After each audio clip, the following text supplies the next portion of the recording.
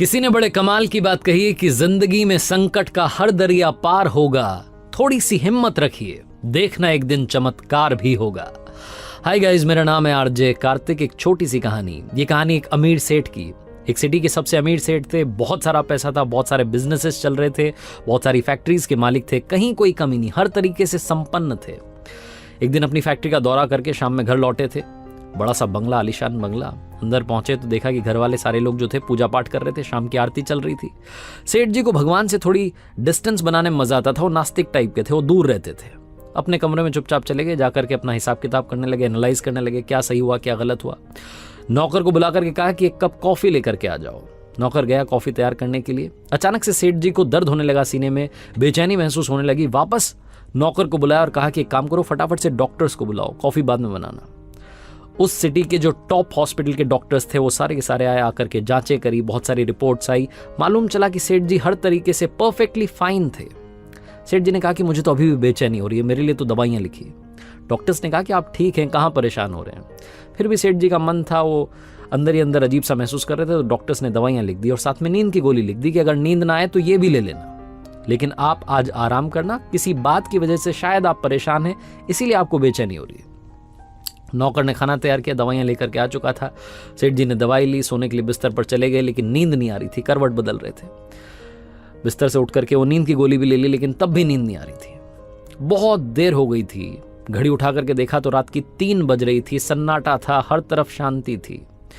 उन्हें लगा कि इस बंद कमरे में शायद घुटन हो रही होगी। कमरे से बाहर निकले, अपने आलीशान बंगले के बगीचे में गए, गार्डन में जाकर के टहलने लगे, लेकिन वो वहाँ भी उन्हें सुकून नहीं आ रहा था। उन्होंने सोचा कि थोड़ा बाहर टहल करके आता हूँ। घर से बाहर निकल गए, कॉलोनी में सड़क पर टहलते टहलते दूर चले गए। इतने ख्यालों में खोए हुए थे, फैमिली को लेकर के, बिजनेस को लेकर के, पता नहीं 50 बातें चल रही थी कि घर से कब दूर आ गए मालूम ही नहीं चला।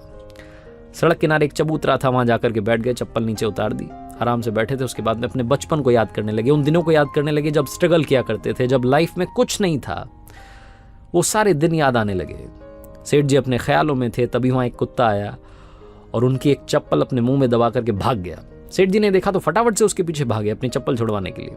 कुत्ता दौड़ता दौड़ता पास में झुग्गी झोपड़ियाँ थी, वहाँ जाकर के चला गया। उस कुत्ते के पीछे पीछे गए, आवाज़ लगाई, वो कुत्ता थोड़ा डरा, उसने अपने मुंह में से वो चप्पल नीचे गिराई और वो वहाँ से खिसक लिया। सेठ जी ने दूसरी वाली चप्पल भी पहनी और वापस अपने घर के लिए आने के लिए तैयार थे। उन्हें याद आया कि घर भी तो चलना है, कितनी देर से बाहर बैठा हूं। तभी उन्हें किसी के रोने की आवाज आने लगी। सेठ जी ने आसपास देखा तो एक झोपड़ी में से रोने की आवाज आ रही थी, एक महिला के रोने की आवाज आ रही थी। तकरीबन सुबह के 4 बज रहे होंगे, काफी देर हो चुकी थी। सेठ जी ने सोचा कि क्या करूं, जाकर के पूछूं क्या बात है या फिर अपने घर चले जाऊं। उनके मन ने कहा कि घर चलते हैं, कहाँ फालतू के पंगे में पड़ना है, अपना काम करते हैं, अपन अपने काम से काम रखते हैं। सेठ जी घर की तरफ चलने के लिए आगे बढ़े, 4-5 कदम आगे बढ़ाए। फिर मन में दूसरा ख्याल आया कि एक बार जाकर के पूछ तो लूं, पता तो कर लूं कि बात क्या है। उस झोपड़ी के पास गए, झांक करके देखा तो अंदर वाकई में एक महिला रो रही थी। दीवार से, वो जो झोपड़ी की दीवार थी, उससे सर पटक पटक के रो रही थी। सेठ जी ने हिम्मत करके दरवाजा खटखटाया। उस महिला ने दरवाजा खोला। सेठ जी ने सबसे पहले तो कहा कि बहन जी माफ करना, गलत मत सोचना, मैं बस यहाँ से गुजर रहा था, मुझे आपके रोने की आवाज आई। क्यों रो रही हैं आप, क्या बात है, क्यों परेशान हैं? तो उस महिला ने बताया कि बाबूजी क्या बताऊं, यहाँ पर आप देखिए मेरी 7 साल की बच्ची है, सोई हुई है जमीन पर, ये बीमार है। डॉक्टर्स कह रहे हैं कि इसके ऑपरेशन के लिए बड़ा खर्चा होगा, लेकिन कोई मुझे पैसे नहीं दे रहा है, मदद करने के लिए तैयार नहीं है। सेठ जी ने कहा तो इसमें रोने से क्या होगा, रोने से आपको थोड़ा ना पैसा मिल जाएगा, रोने से कोई थोड़ा ना आपकी मदद कर देगा। और ये सुबह सुबह क्या रो रही हैं आप, इससे कुछ नहीं होने वाला। आपको मदद मांगनी है तो जहां आप काम करती है, कहाँ आप काम करती हैं? तो उस महिला ने बताया कि मैं तो घर घर जाकर के झाड़ू पोछा करती हूँ। तो सेठ जी ने कहा कि उनसे मदद मांग लेती है, रोने से कुछ नहीं होने वाला। तो उस महिला ने कहा कि रो तो इसलिए रही थी क्योंकि कल एक बाबा जी यहाँ से निकले थे। उन्होंने कहा था कि बेटा सुबह 4 बजे कल रोना शुरू करना और ऊपर वाले को याद करना, लगातार प्रार्थना करना, देखना चमत्कार होगा। इसलिए मैं रो रही थी कि शायद वो बाबा जी की बात सच हो जाए, शायद ऊपर वाला मेरी सुन ले। सेठ जी ने जब ये सुना तो उनका दिल पिघल गया। उन्होंने फटाफट से कॉल किया, एम्बुलेंस आई, डॉक्टर्स को कॉल कर दिया कि इस बच्ची का ऑपरेशन होना है, जितना खर्चा होना है वो सब आप मुझसे लेना, आप इस बच्ची को ठीक कर दो, स्वस्थ कर दो। और उस महिला को कहा कि आप कल से ही मेरे यहाँ पर आकर के नौकरी शुरू कीजिए, मेरे पास बहुत सारी फैक्ट्रीज हैं, आपको जहाँ काम करना है वहाँ काम करना। उस महिला के रहने के लिए अपना सर्वेंट क्वार्टर भी दे दिया। सेठ जी की जो बेचैनी थी वो तो उसी वक्त खत्म हो गई थी जब उन्होंने एम्बुलेंस को कॉल किया था, डॉक्टर से बात की थी। लेकिन मन में एक शंका थी, एक डाउट था जो लगातार चल रहा था। सेठ जी सोचने लगे कि मैं ऊपर वाले से इतनी डिस्टेंस रखता हूँ, नास्तिक हूँ, मुझे मतलब ही नहीं है, लेकिन क्या वाकई में ऊपर वाला है? ये क्या चक्कर है कि वो बाबा जी ने कहा कि 4 बजे रोना शुरू करना, मैं वहाँ पर किस्मत से पहुँच गया और उस महिला की मैंने मदद कर दी। सेठ जी के मन में 50 ख्याल आने लगे। फिर दूसरा ख्याल आया कि अगर वाकई में ऊपर वाला है तो हम ये नीचे वाले जो लोग हैं ये क्यों लड़ रहे हैं, वो क्यों हमें लड़ा रहा है धर्म के नाम पर, जात पात के नाम पर। उस महिला से ना तो मैंने जाति पूछी, ना उसने मेरी जाति पूछी, ना हमने एक दूसरे की जाति पूछी, ऊपर वाले ने भी हमारी जात पात के बारे में नहीं सोचा, बस मुझे जरिया बना करके वहाँ भेज दिया।